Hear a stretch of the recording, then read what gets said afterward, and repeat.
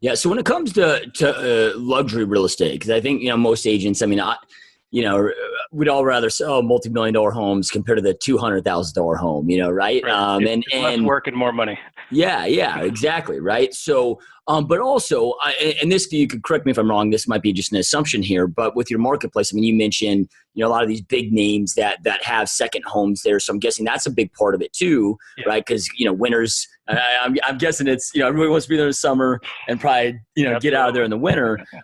So when it comes to that, like, what are some of for our listeners that may be in a similar market or want to get into luxury, what are some tips that you'd have? Like, what have you seen that are some differences compared to luxury to non-luxury and that you need to do to go out there and create that success? So with the luxury, people think, oh, it's got to be about what magazines you advertise in or, some of the fluff stuff. I find that the luxury, let's talk about the sellers. The luxury sellers want two things. They want you to know the market inside and out.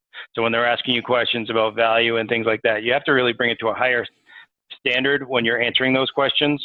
And they also want you to know their property inside and out. So you basically really have to get the point across that I'm going to learn your property. I'm going to learn all the things that you went over and above. Because lots of times, when they're picking out their furnace, they get the best furnace. When they're picking out the roof, they get the best roof. So on the expensive stuff, they want to make sure that that is going to get across to the buyers.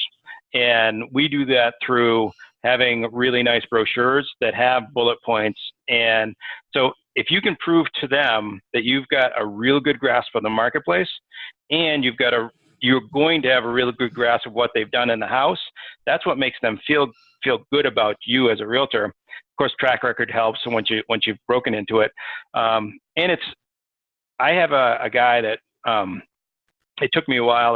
I used a lifeguard with his daughter here in town, and she ended up marrying one of my good buddies. So I had this in with this guy that I knew did spec houses, like multi-million-dollar spec houses and things like that. So once I had a really good website, I started emailing my buddy, the listings I knew that it would get to Bruce.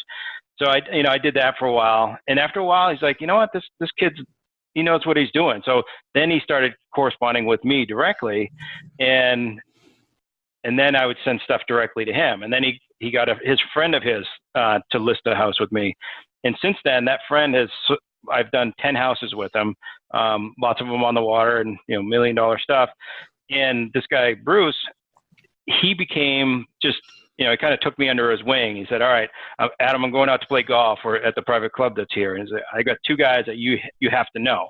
So basically, you need an avenue to get into that network too. It's not, you're not going to get luxury by putting your name in the Homes and Land or in the newspaper. I don't know whether it's charity, whether it's Rotary or whatever. You need to make some inroads in there and then prove to those people that you know the market and can really know their house. Yep. Love it. Yeah. It's what's the saying out there? Your network equals your net worth. Yeah, right. Absolutely.